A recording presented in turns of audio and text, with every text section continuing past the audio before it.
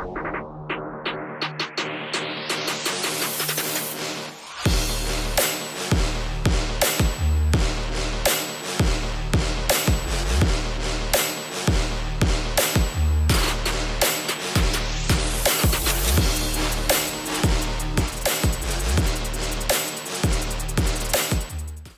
to the World of Facility Podcast. We have with us Mr. Abhishek Azad, who is Executive Vice President of Middleby. So they are into large kitchen projects and serving the hospitality industry. We would like to hear from him that what exactly that he has in store for us to convey and share his experience with us. We would like to hear from you, sir, in terms of your growth in the company over the years, because you have been with the company for long, and the way the company is looking forward to capture the market as Indian hospitality industry is growing rapidly in the last few years. Right. So Middleby is the world's largest commercial kitchen equipment manufacturing company. We've got about 122 factories all over the world, focusing on not just the quick service restaurants, but also fine dining and almost every cuisine we can make through our own equipment. The way we look at the business is that we are not here as another Me Too company. We are here to innovate, save space, save labor, save energy, and no matter what the equipment costs, have a very tangible ROI on whatever we give to the customer as a solution. So we're very excited about being in India. We've been here right since the time FDI opened, so it's been a while, and we surely have the first mover advantage, and then we keep building on it. Sir, restaurant business, if you see, or the kitchen equipment business, is pretty much people-centric. Although it's B2B, still it's people-centric. Right. So how do you see to it that the changing trends in the industry with people's tastes and preferences, and there are a lot of QSRs coming in picture. People are more driven by Zomato and Swiggy, wherein they expect a quicker delivery. So all these dynamics are changing in the industry. So how do you cope as a company, which is a large-scale provider for kitchen equipments, to cater to this changing trend driven by millennials and Gen Z now? Right. So we try to stay ahead of the curve because our eyes are pretty much on the ground. We are aware of the challenges that our customers are having while serving to the Gen Zs or the millennials, as you're calling. They look for speed, they look for consistency, and to do so, you need a lot of trained manpower. Now, manpower is one subject that all restaurants struggle with because there's a fair amount of employee turnover that happens in their kitchens.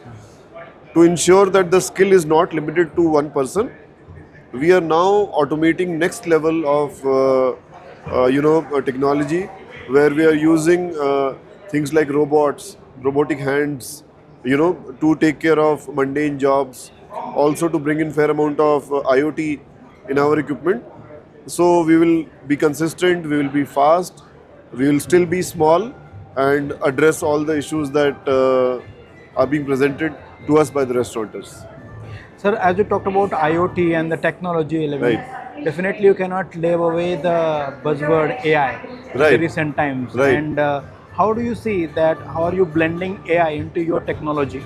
And how is it helping or having its challenges? So very good question. Like I said, Middleby has 122 factories. So if we say that you buy this equipment and you will get IoT along with it, we don't think that is the solution. We would rather say that if you buy a bunch of Middleby equipment, everything will be connected through a common IoT. It will give you alerts on not only on how much has it been used, but it will give you alerts on a breakdown. It will give you the alerts on why it failed, how much has it been used, and a single restaurant owner, even if he has one location or multiple locations, sitting in his office, can really touch and feel the equipments on the ground. So we see IoT as a good thing.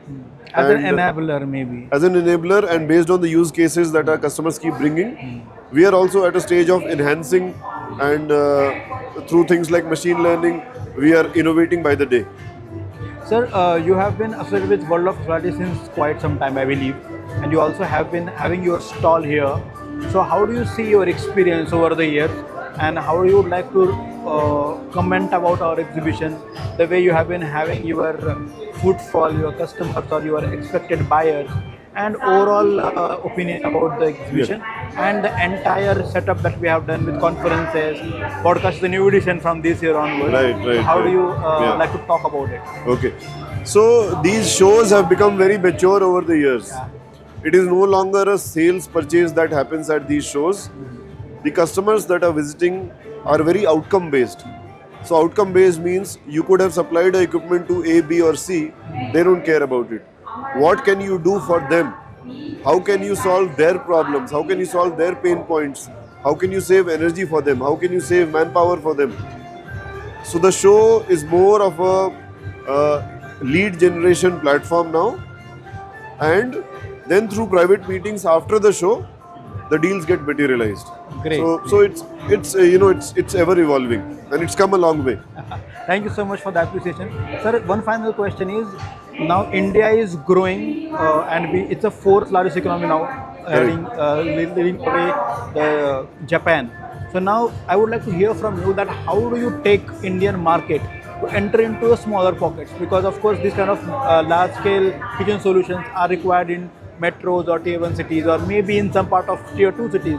So what are your plans to cater to 1.4 billion? We are the most populous country in the world. How do you plan for that? Yeah, again a very interesting question. Thankfully, I have a testimonial to share from India.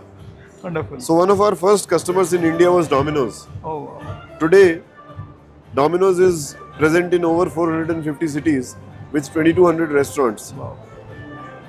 These 450 cities, 50% of them are not even tier 1 or tier 2, which means our equipment is present in a tier 3 city or a tier 4 city. There is no state in India that we have not covered with this customer. Thanks to them, we've been able to build a network around it, which is now benefiting anyone and everyone who's present in these cities. So that is how prepared we are, and we are trying to stay ahead of anything that is being done in our space by offering things like 7 days service. We are also working on a 24-hour service right now, because whatever we provide to the customer does need service at some point. So without service, the whole model will fail. So I would like to thank some of our early customers Right. who have given us that opportunity, and we have grown along with them. Yeah. And just one thing again to hear from you is, you being executive vice president, that B2B segment, especially for large scale projects, marketing takes a different shape. And now with a digital span increasing its tentacles over everywhere, how do you take the marketing gig in terms of out-competing the competition? Right, yeah. So B2B, first of all, I do appreciate that we are in a digital world. We cannot run away from the opportunities that it presents. The way we look at it is, we've got our own social media handles. Besides that, we are still very much like feet on the ground, so we'll participate in trade shows. We will have some brand ambassadors like Chef Amninder Sandhu. She is a brand ambassador for FireX, Uno and Josper, like 3 premium brands, which she also uses at her own restaurants in Bombay and Goa. I mean, we are aware that she runs very successful restaurants by the name of Bowry. We are a part of that. Great. And she's so happy with it that together we collaborate and do work in a limited but very meaningful manner. Wonderful, sir. Thanks a lot for sparing your time. Thank It was you. wonderful to having your insights here, and I would definitely wish you the best for the rest of the 2 days. And lovely meeting you, sir. Thank you. Thank you for your so much. time. Have a great day. Thank you.